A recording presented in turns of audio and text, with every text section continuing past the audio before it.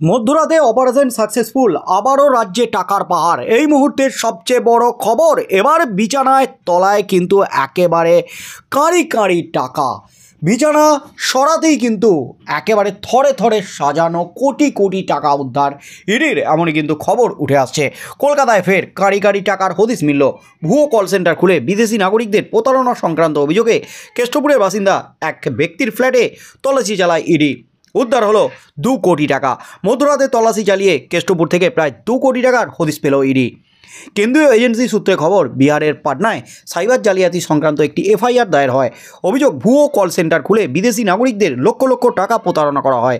তার তদন্তে উঠে আসে কলকাতার নাম। কলকাতায় আসেন ইডির পাটনা ইউনিটের অফিসাররা। মধ্যরাতে কেষ্টপুরের রবীন্দ্র পল্লীতে রবিন্স যাদব নামে এক ব্যক্তির ফ্ল্যাটে হানা দেন আধিকারিকরা। ইডি সূত্রে দাবি করা হচ্ছে, বিহারের বাসিন্দা রবিন যাদব প্রতারণার অভিযোগে জড়িত।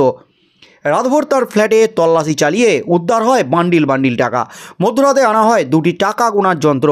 কেন্দ্রীয় এজেন্সি সূত্রে দাবি করা হচ্ছে, সব মিলিয়ে উদ্ধার হওয়ার টাকার অঙ্ক প্রায় 1,85,00,000। যদিও ধরা যায়নি অভিযুক্ত রবিন যাদবকে। ইডি সূত্রে দাবি, তাদের অফিসাররা ঢোকার খানিক আগেই চম্পট দেন অভিযুক্ত। সম্প্রতি রাজ্যের একাধিক মন্ত্রী, তৃণমূল নেতার বাড়ি থেকে উদ্ধার হয়েছে কাঁড়ি কাঁড়ি টাকা। কোটি কোটি টাকা উদ্ধার হয়েছে রাজ্যের একাধিক ব্যবসায়ীর বাড়ি থেকে। এর মধ্যেই খাস কলকাতায় টাকা উদ্ধারের ঘটনা আবারও ঘটল। কেষ্টপুরের পাশাপাশি রবিনের সেক্টর 5 ফ্ল্যাটেও তল্লাশি চালায় ইডি। অন্যদিকে শিক্ষক নিয়োগ দুর্নীতি মামলাতেও বর্ষ শেষে কলকাতার 10টি ঠিকানায় লাগাতার ম্যারাথন তল্লাশি অভিযান চালাচ্ছে ইডি। ইডির নজরে নারকেলডাঙ্গার চার্টার্ড অ্যাকাউন্টেন্ট প্রভুদয়াল রান্ডার। তাঁর ফ্ল্যাট ও অফিসে একযোগে তল্লাশি চালান কেন্দ্রীয় তদন্তকারী সংস্থার আধিকারিকরা। নিয়োগ দুর্নীতিকাণ্ডের তদন্তে নেমে প্রায় প্রতিদিনই একের পর এক চাঞ্চল্যকর দাবি করছে ইডি। এর আগেও একাধিক জায়গায় তল্লাশি চালিয়েছে, অভিযান চালিয়েছে কেন্দ্রীয় তদন্তকারী সংস্থা। এদিনের তল্লাশির পর আরও বিস্ফোরক কোনো তথ্য কি উঠে আসবে ইডির হাতে? নিয়োগ দুর্নীতির শিকড়ে কি পৌঁছানো সম্ভব হবে? সেটা কিন্তু সময়ই বলবে। তার মধ্যেই চলছে এখনও ইডির তাণ্ডব, ইডির তল্লাশি অভিযান।